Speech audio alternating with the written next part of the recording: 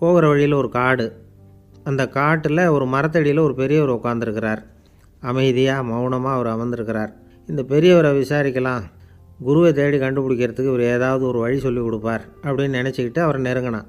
ஐயா, எனக்கு ஒரு குரு தேவை, எங்கே கிடைப்பார், அவரை எப்படி அடையாளம் கண்டுபிடிக்கிறது, அதை பற்றி ஏதாவது விவரம் சொன்னீங்கன்னா நான் கண்டுபிடிச்சிக்குவேன் அப்படின்ட்டுருக்கான். பெரியவர் நிமிர்ந்து பார்த்தார். தம்பி, அது ரொம்ப சுலபம்.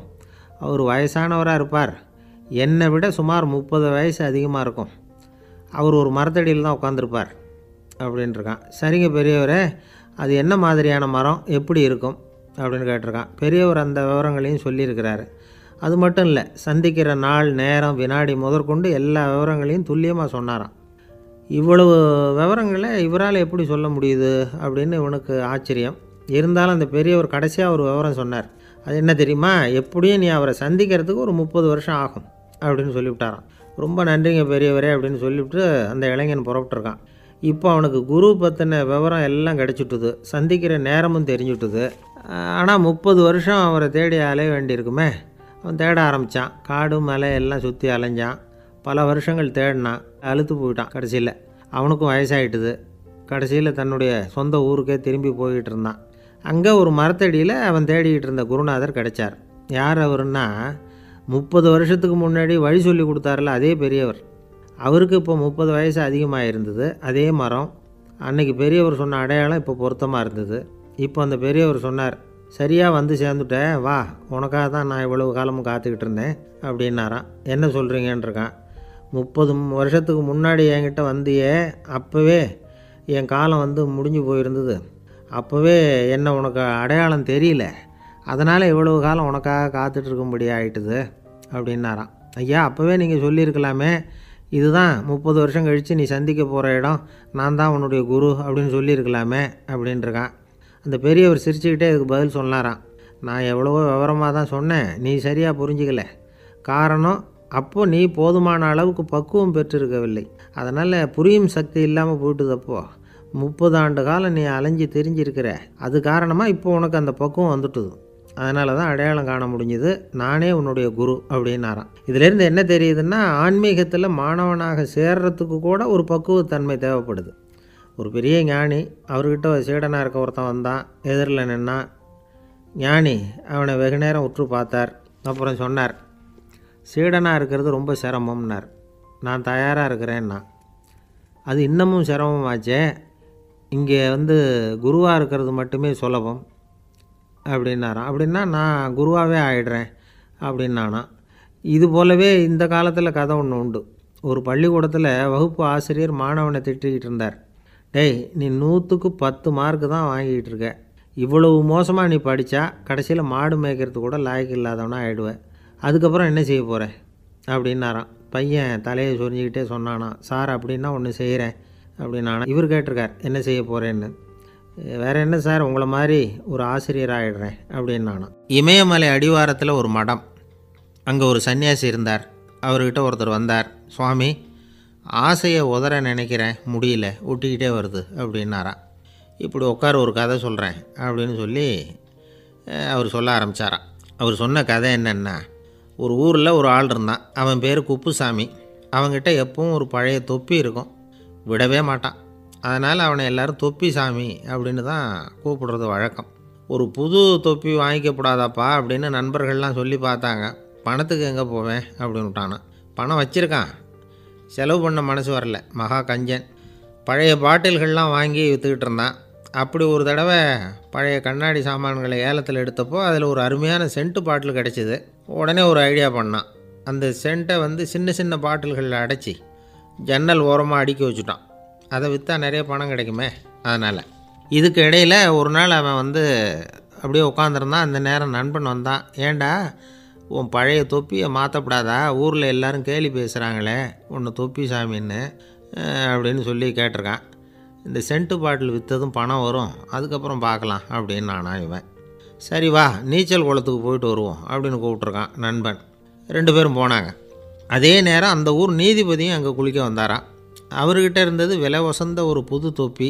அதை அங்கே இருந்த ஸ்டாண்டில் மாட்டிவிட்டு குளிக்க போனார். இதுக்கிடையில் குப்புசாமி குளிச்சுட்டு வந்தான். அவனுடைய பழைய தொப்பியை காணலை.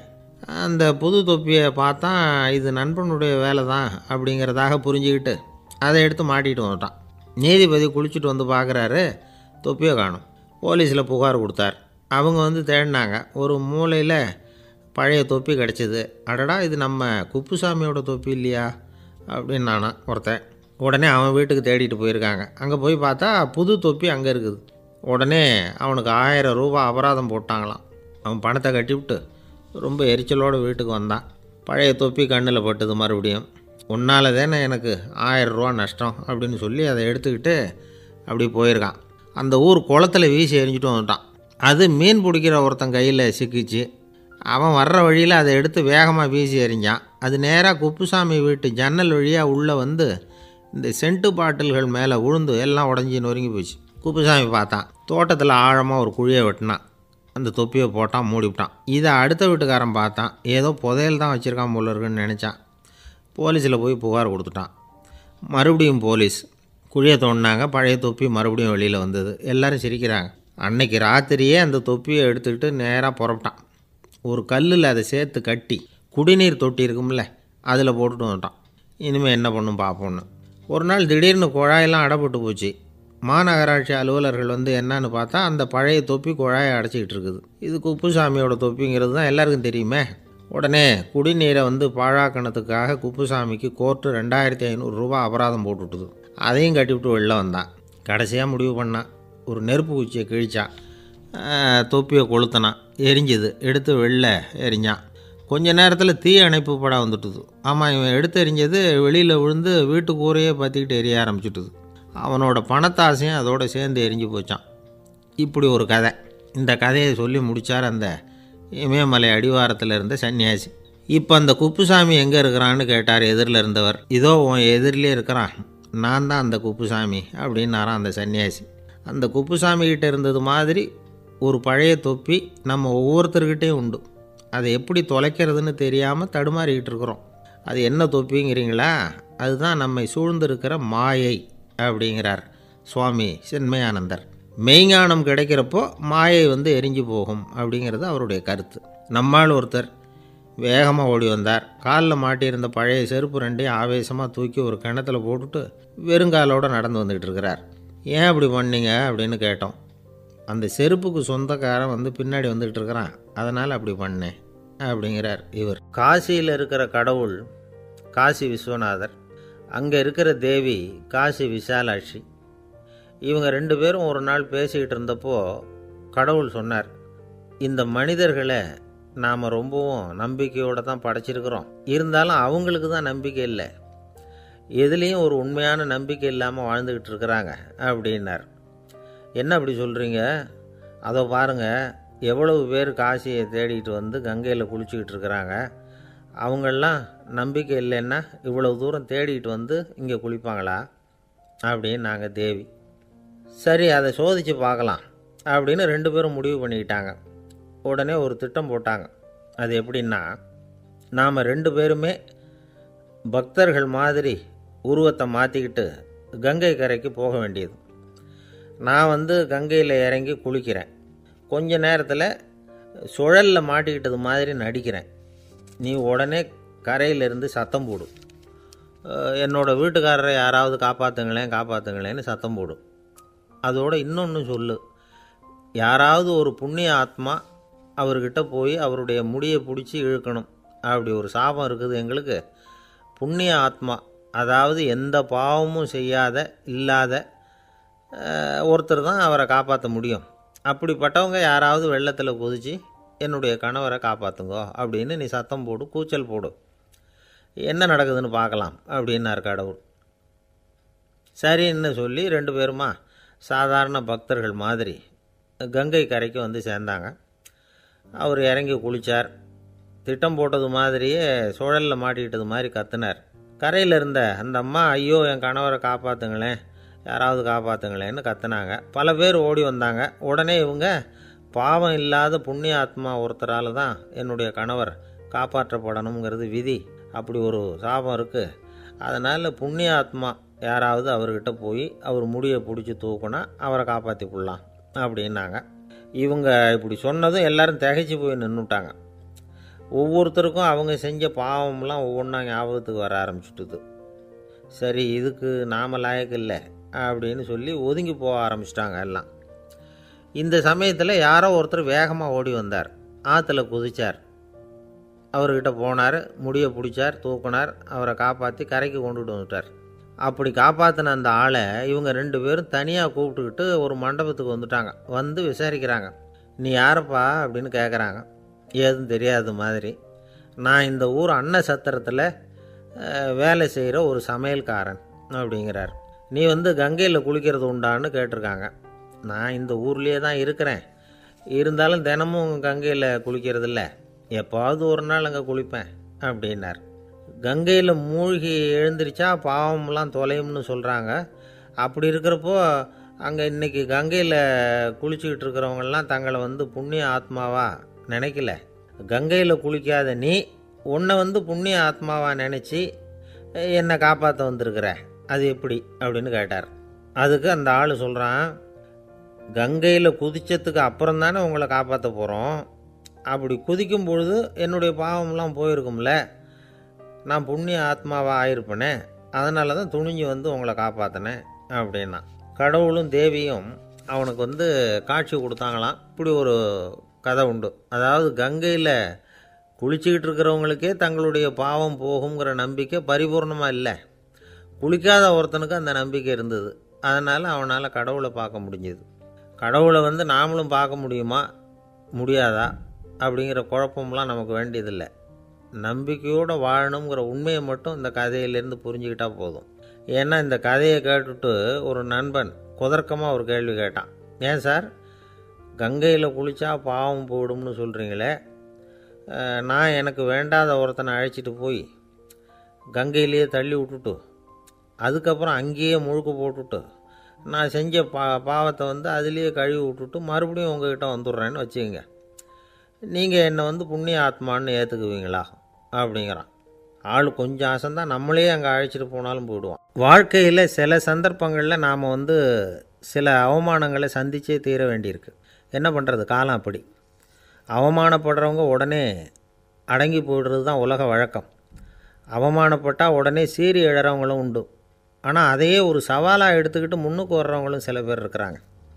அவங்க ரொம்ப அபூர்வம். இன்றைக்கி மனோதத்துவ நிபுணர்கள்லாம் என்ன சொல்கிறாங்க தெரியுமா? அவமானப்பட்டுட்டா உடனே அடங்கி போயிடக்கூடாதான், அதையே ஒரு சவாலாக எடுத்துக்கிட்டு மனசில் ஒரு வைராக்கியத்தோடு முயற்சி பண்ணினா வாழ்க்கையில் எல்லாரும் முன்னேறலாமா. அவமானங்கிறத நாம் வந்து வைராக்கியமாக மாற்றிக்கணும். அதுதான் வெற்றிக்கு வழி. ராமர் வந்து இந்த பூமியில் பிறந்ததே ஒரு வைராக்கியத்தினால தான் சார் அப்படின்னார் ஒருத்தர். எப்படிங்க அது அப்படின்னு கேட்டேன். அவர் சொன்னார், தசரதருக்கு ராமர் வந்து குழந்தையாக வந்து பிறக்கணும், அப்போ தான் இங்கே இருக்கிற கஷ்டங்கள்லாம் நீங்கும் அப்படின்னு சர்வ லோகமும் எதிர்பார்த்துக்கிட்டு இருக்குது. ஆனால் அவர் எப்போ வந்து பிறப்பார் அப்படின்னு யாருக்கும் தெரியல. அந்த காரியம் சீக்கிரம் நடக்கணுமே, அதுக்கு என்ன பண்ணுறது? நாரதர் வந்தார் ஒரு நாள் தசரதரை தேடி. தசரதா, உனக்கு ஒரு செய்தி தெரியுமான்னு ஆரம்பித்தார். அவர் எப்பவும் இப்படித்தானே ஆரம்பிக்கிறது வழக்கம். என்ன விஷயம்னு கேட்டார் தசரதர். தசரதா, நீ அடிக்கடி உன்னோட தேரில் ஏறிக்கிட்டு தேவலோகத்துக்கு போகிற, அங்கே போகிற வர்ற எல்லாம் பண்ணிகிட்ருக்க, எல்லாம் சரி. தேவலோகத்துலேயும் உன்னை நல்லபடியாக தான் வரவேற்கிறாங்க. தேவேந்திரன் உன்னை பிரியமாக அழைச்சிட்டு போய் தன்னுடைய அரியாசனத்திலேயே தனக்கு பக்கத்திலேயே உட்கார வைக்கிறான். நீயும் சந்தோஷமாக உட்காந்து பேசிவிட்டு வந்துடுற. ஆனால் நீ இங்கே வந்ததுக்கு அப்புறம் அங்கே என்ன நடக்குது தெரியுமா உனக்கு அப்படின்னாரான் நாரதர். என்ன நடக்குது எனக்கு ஒன்றும் தெரியலையே அப்படின்னாரான் தசரதர். நாரதர்கிட்ட வந்து கிட்டத்தில் வந்து கேட்டிருக்கார், கொஞ்சம் சொல்லுங்கள் என்னது அப்படின்னு. அவர் நெருங்கி வந்தாரான் நாரதரும். மெதுவாக அவர் காதோட காதாக சொன்னாராம். அதாவது நம்ம பாஷையில் சொல்லப்போனால் பற்ற வைக்கிறார். நீ அங்கே தேவேந்திரங்கிட்ட உட்காந்து பேசிவிட்டு வந்த பிறகு நீ அங்கே உட்காந்துருந்த அரியாசனத்தை தண்ணி ஊற்றி கழுவி சுத்தப்படுத்துகிறாங்க. நீ என்ன அந்த அளவுக்கு சுத்தம் இல்லாத ஆளா, தினம் குளிக்காமையாக இருக்கிற அப்படின்னாராம். தசரதருக்கு இது ரொம்ப அவமானமாக போயிட்டுது. அப்படியே செய்கிறாங்க அப்படின்னாராம். ஆமாம், நீ வேணும்னா நான் சொல்கிறது உண்மையாக இல்லையா அப்படின்னு சோதனை பண்ணி பார்த்துக்கோ அப்படின்னாரான் நாரதர். உடனே தசரதர் இதுக்காகவே புறப்பட்டு தேவலோகம் போனார். அங்கே வழக்கம் போலவே இவரை கூப்பிட்டு உட்கார வச்சு பேசிக்கிட்டு இருந்தான் தேவேந்திரன். கொஞ்ச நேரம் பேசிக்கிட்டு இருந்துட்டு சரி நான் கிளம்புறேன்னு புறப்பட்டார். சரி, அவனும் வாசல் வரைக்கும் வந்து வழி அனுப்பி வச்சுட்டு உள்ளே போயிட்டான். தசரதர் வெளியில் கொஞ்சம் நேரம் மறைஞ்சி இருந்துட்டு மெதுவாக உள்ளே எட்டி பார்த்தார் என்ன நடக்குதுன்னு. நாரதர் சொன்னது உண்மைதான். தசரதர் உட்காந்துருந்த ஆசனத்தை அங்கே 2 தேவர்கள் கழுவி சுத்தப்படுத்திக்கிட்டு இருக்கிறாங்க. தசரதரால் இதை தாங்கிக்க முடியல. அவருக்கு ரொம்ப அவமானமாக போச்சு. நேராக கிடுகிடுன்னு தேவேந்திரங்கிட்டே போனார். நான் உட்காந்துருந்த இருக்கையை சுத்தம் பண்ணுறியே, நான் என்ன அந்த அளவுக்கு பாவியா அப்படின்னு கேட்டார். ரொம்ப கோபமாக கேட்டார். தசரதரே, மனுஷனுக்கு 3 கடன்கள் உண்டு. தேவ கடன், ரிஷி கடன், பித்ரு கடன். இதை தீர்க்காதவன் பாவியாகிறான். இதில் மகனை பெறுவதால் தான் பித்ரு கடன் தீரும். உனக்கு மகன் கிடையாது, அதனால் நீ பாவியாகிற. பாவி உட்காந்துருந்த இடம்ங்கிறதுனால அதை சுத்தம் செய்ய வேண்டியது எங்கள் கடமை அப்படின்னு நானும் தேவேந்திரன். இந்த இடத்துல தசரதருக்கு ஏற்பட்ட அவமானம் ஒரு வைராக்கியமாக மாறிச்சு. தேவேந்திரனே கேட்டுக்கோ, ஒரு மகனை பெற்ற பிறகு தான் இந்த சபையில் மறுபடியும் அடி எடுத்து வைப்பேன் அப்படின்னு சொல்லிவிட்டு போயிட்டாராம். போய் புத்திர காமேஷ்டி யாகம் பண்ணார். புத்திரர்கள் பிறந்தார்கள். இந்த கதையில் உள்ள கருத்து என்னென்னா, தேவேந்திரன் தசரதரை அப்படி அவமானப்படுத்தலைன்னா அவருக்கு இப்படி ஒரு வைராக்கியம் பிறந்திருக்குமா? யோசித்து பார்க்கணும். நமக்கு ஏற்படுகிற சில அவமானங்களையும் வைராக்கியமாக மாற்றிக்குவோம். அப்படி மாற்றிக்கிட்டோம்னா வாழ்க்கையில் வந்து முன்னேறலாம். நம்ம ஆளுங்க சில பேர் அவமானத்தை வந்து வைராக்கியமாக மாற்றிக்கிறது எப்படி தெரியுமா? நம்மக்கிட்ட ஒரு பையன் சொன்னான், எங்கள் அப்பா என்னை எல்லாருக்கும் முன்னாடி வச்சு திட்டிவிட்டார். பொறுப்பு இல்லாமல் ஊர் சுற்றுறேன்னு சொல்லி அவமானப்படுத்தி விட்டார். இனிமேல் நீ என் முகத்திலேயே முழிக்காதரா போடான்னு வேறு சொல்லிவிட்டார். எனக்கு ரோஷம் வந்துட்டுது. அந்த அவமானத்தை வைராக்கியமாக மாற்றிக்கிட்டேன். அன்னையிலேருந்து அவர் முகத்திலேயே முழிக்கிறதில்ல அப்படின்னா. அப்படியான்னு கேட்டோம். ஆமாங்க, அவர் வீட்டில் இல்லாத நேரமாக பார்த்து உள்ளே சமையல் கட்டுக்கு போய் சாப்பிட்டுட்டு நைஸாக வெளியில் வந்துடுவேன் அப்படிங்கிறான் அவன். ஜவஹர்லால் நேரு பிரதமராக இருந்த சமயம் அவர் ஒரு தடவை சென்னைக்கு வந்திருக்கிறார். இங்கே சில முக்கிய நிகழ்ச்சிகளில் கலந்துக்கிறதுக்காக வந்திருந்தார். ஆளுநர் மாளிகையில் ஒரு நாள் ராத்திரி தங்கி மறுநாள் புதுடெல்லி புறப்படுறதாக ஏற்பாடு. நிகழ்ச்சியிலெல்லாம் முடிச்சுக்கிட்டு ஆளுநர் மாளிகையில் தங்கியிருக்கிறார். அன்றைக்கு இரவு படிக்கிறதுக்கு ஒரு முக்கியமான புத்தகம் அவருக்கு தேவைப்பட்டது. அந்த சமயத்தில் உலக அளவில் ஒரு முக்கியமான பொருளாதாரம் சம்பந்தமான ஒரு புத்தகம் வெளியாகி இருக்கிற விஷயம் அவருக்கு தெரியும். அந்த புத்தகம் மெட்ராஸுக்கு வந்திருக்குமா, அது இங்கே கிடைக்குமா அப்படின்னு விசாரிச்சிருக்கிறார் நேருஜி. அவர் இப்படி கேட்ட உடனே அங்கே இருந்தவங்கள்லாம் ரொம்ப பரபரப்பாக செயல்பட ஆரம்பிச்சுட்டாங்க. முக்கியமான இடங்கள்ல எல்லாம் விசாரிச்சிருக்கிறாங்க அந்த புத்தகம் உங்கள்கிட்ட இருக்கான்னு. சென்னையில் உள்ள கன்னிமாரா நூல் நிலையத்துக்கு எப்படியும் அந்த புத்தகம் வந்திருக்கணும் அப்படின்னு ஒரு நம்பிக்கை. அங்கே விசாரித்தாங்க. அந்த புத்தகம் 2 நாளைக்கு முன்னாடி தான் அங்கே வந்திருக்குது அப்படிங்கிற விஷயம் தெரிஞ்சுது. உடனே எல்லோரும் அங்கே ஓடினாங்க. அவங்களுக்கு இன்னொரு சந்தேகம், புத்தகம் வந்திருக்கு சரி, அது இந்த சமயத்தில் வேறு யாரும் படிக்கிறதுக்கு எடுத்துகிட்டு போயிருக்கக்கூடாதே அப்படிங்கிற சந்தேகம் இருந்தாலும் மனசுக்குள்ளே ஒரு தைரியம். இப்படி ஒரு புத்தகம் வெளிவந்திருக்கிற விஷயமே நேருஜி சொல்லி தான் நமக்கே தெரியும். அதுவும் இல்லாமல் உலக பொருளாதாரம் சம்பந்தமான ஏதோ ஒரு புத்தகம் அது. அதை போய் இந்த நேரத்தில் அவ்வளவு ஆர்வமாக யார் எடுத்துகிட்டு போயிட போகிறாங்க அப்படிங்கிற தைரியம். இந்த தைரியத்தோடு அந்த நூல் நிலையத்துக்கு ஓடினாங்க. புத்தகத்தை தேடினா அது கிடைக்கல.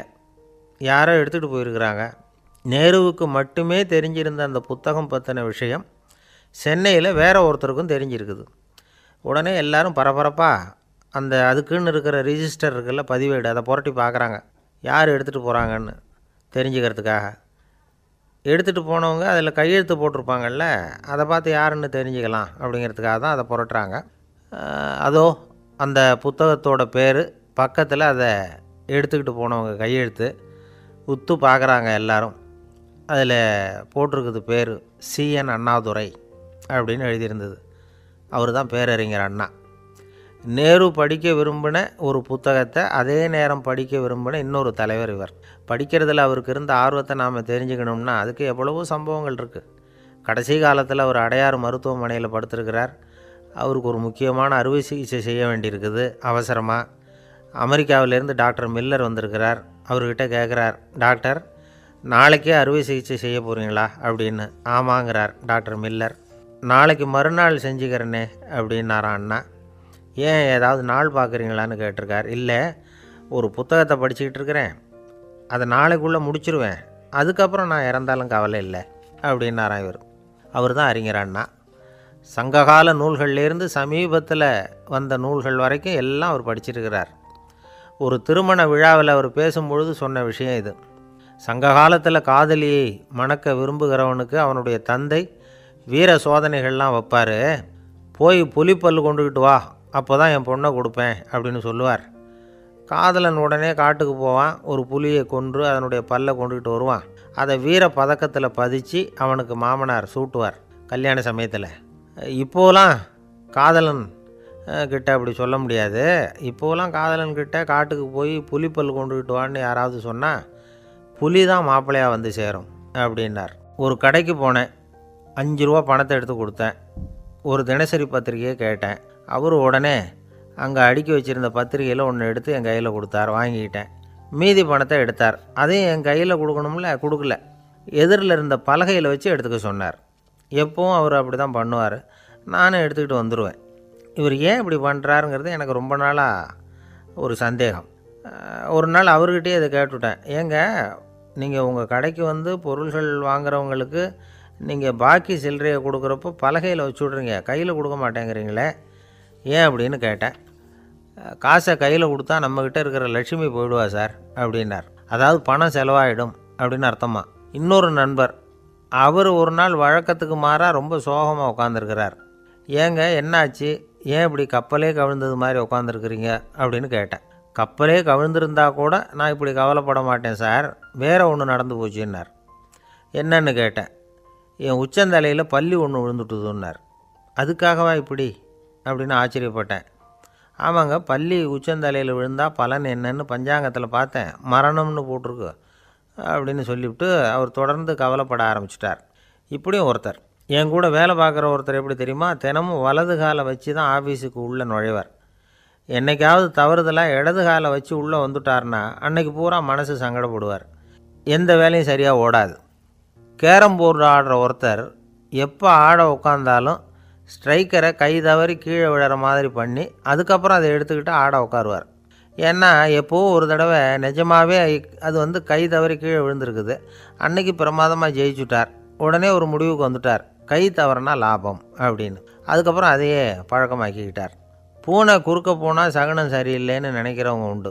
ஆனால் ஒருத்தர் எப்படி தெரியுமா, அவர் வெளியில் கிளம்புற சமயம் பக்கத்து வீட்டு ரேடியோவில் மியாவ் மியாவ் பூனைக்குட்டின்னு பாட்டு சத்தம் கேட்டால் கூட போதும், சகுனம் சரியில்லைன்னு பிரயாணத்தை கேன்சல் பண்ணிவிடுவார். இப்போ இவ்வளவும் எதுக்கு சொல்கிறோம்னா, அளவுக்கு மீறின சகுன நம்பிக்கைகள் இருக்குது பாருங்கள், இதோட பயமும் சேர்ந்துக்கிட்டதுன்னு வச்சுக்கோங்க, இது ஒருத்தருடைய மனநிலையை பாதிச்சிடும். இது வந்து உளவியல் நிபுணர்கள் சொல்கிற கருத்து. வாழ்க்கையே தடுமாற வச்சிரும். பாதுகாப்பு இல்லாத உணர்வு, ஒரு விதமான டிப்ரெஷன் மனநிலை, இதெல்லாம் தான் இதுக்கு காரணமாக அமையலாம். சில பேர் காய்கறி நறுக்க கத்தியை கையில் எடுத்தால் கூட நேரம் சரியாக இருக்கா அப்படின்னு பார்த்துட்டு தான் வேலையை ஆரம்பிக்கிறது வழக்கம். அறிவு தான் மனசுக்கு வாத்தியாராக இருக்கணும், அப்போ தான் வாழ்க்கை வந்து நிம்மதியாக இருக்கும். அறிவு வந்து மனசு சொல்கிறபடியெல்லாம் கேட்க ஆரம்பிச்சுட்டுதுன்னா இடைஞ்சல் தான். ஒருத்தருக்கு 7ஆம் நம்பர் தான் ராசியான நம்பரான். 7ஆம் தேதி தான் எந்த காரியத்தையும் ஆரம்பிப்பாராம். 7 எழுத்து வர்றது மாதிரி பேரை மாற்றி வச்சுக்கிட்டார். 7 மணிக்கு தான் தினமும் எழுந்திருப்பார். 7ஆம் நம்பர் வீட்டில் தான் குடியிருக்கார். கல்யாணம் கூட 7ஆம் தேதி தான் பண்ணிக்கிட்டார். அவர் ஒரு நாள் குதிரை பந்தயத்துக்கு போனாராம். குதிரையோட பேரையெல்லாம் பார்த்தார். ஒரு குதிரையோட பேர் 7 எழுத்தில் அமைஞ்சிருந்தது. 7 தானே இவருக்கு அதிர்ஷ்ட நம்பர். அதனால் உடனே அது பேரில் பணத்தை கட்டினார். பந்தயம் நடந்தது. என்ன சார் ஆச்சுன்னு கேட்டாங்க. நான் பணம் கட்டின அந்த என்னோடய குதிரை 7ஆவதாக வந்து சேர்ந்தது சார் அப்படின்னாராம் சோகமாக. ஒரு விவசாயி விதைக்கிறதுக்காக வயல்வெளி பக்கம் போகிறார். விதைகளை அள்ளி வீசினார். அப்போ என்ன ஆச்சுன்னா, சில விதைகள் வந்து பாதை ஓரத்தில் விழுந்தது. சில விதைகள் முள் செடிகள் மண்டி இருந்த புதருக்கு இடையில் விழுந்தது. சில விதைகள் நல்ல நிலத்தில் விழுந்தது. பாதை ஓரத்தில் விழுந்த விதை என்ன ஆச்சுன்னா, அதெல்லாம் பறவைகள் கண்ணில் போட்டுவிட்டுது. உடனே வந்து உட்காந்து கொத்தி தின்னுட்டு போட்டுது. அதிகமாக மண் இல்லாத பாறை பகுதியில் விழுந்த விதையெல்லாம் லேசாக வேர் விட்டு முளைக்க ஆரம்பிச்சிது. அதுக்கப்புறம் வேர் கீழேயும் ஆழமாக போக முடியல, மேலேயும் சூரிய வெப்பம் அதிகம் தாங்க முடியல, எல்லாம் காஞ்சி கருகி போட்டுது. புதர் பகுதியில் சில விதைகள் விழுந்தது இல்லையா, முள் செடிகள் காடாக மண்டி போயிருந்தது. அதனால் முளைச்சி வர்ற செடிக்கு நெருக்கடி அதிகமாக போட்டுது, சரியாக வளர முடியல, விளைச்சலும் சரியாக இல்லை. நல்ல நிலத்தில் விழுந்த விதைகள் மட்டும் நல்லா முளைச்சிது, நல்லா வளர்ந்தது, விளைச்சலும் பிரமாதமாக இருந்தது. இந்த கதையை சொல்லிவிட்டு கேட்க செவியுள்ளோர் கேட்கட்டும் அப்படிங்கிறார் இயேசு பெருமான். ஆமாம், இயேசு கடலில் நின்ற படகு ஒன்றில் உட்காந்துருக்கிறார். கடற்கரையில் ஏராளமான மக்கள் உட்காந்துருக்கிறாங்க. அந்த சமயத்தில் தான் இயேசு ஓமைகள் மூலமாக மக்களுக்கு பல உண்மைகளை சொல்லிகிட்டு இருக்கிறார். மக்கள் அந்த கதையை கேட்டுட்டு ஒன்றும் புரியாமல் முழிக்கிறாங்க. அதை கவனித்த இயேசு அந்த ஓமையை விளக்க ஆரம்பித்தார். இதில் அந்த விதைக்கிறவர் தான் இறைவன். அவருடைய வார்த்தைகளை விதைக்கிறார். அந்த வார்த்தைகளை கேட்கிற மக்கள் அந்த விழுந்த விதைகள் மாதிரி 4 வகையானவர்கள். சில பேர் பாதை ஓரத்தில் விழுந்த விதைகள் மாதிரி. இறைவன் வார்த்தைகளை அவங்க கேட்குறாங்க, ஆனால் தீய எண்ணங்கள் செய்கைகள் மூலமாக விதைக்கப்பட்ட வார்த்தைகள் அழிஞ்சு போடுது. இறைவன் வார்த்தைகளை கேட்ட உடனே மகிழ்ந்து போய் உடனே சில பேர் அதை ஏற்றுக்கிறாங்க. இவங்கெல்லாம் அந்த பாறை பகுதியில் விழுந்த விதைகள் மாதிரி. அதனால் இவங்கெல்லாம் வேறு இல்லாதவங்க. கொஞ்ச காலத்துக்கு இறை வார்த்தைகளுக்கு கீழ்ப்படிந்து நடப்பாங்க. அதனால் ஏதாவது இடைஞ்சல் ஏற்பட்டால் உடனே தடுமாறுவாங்க.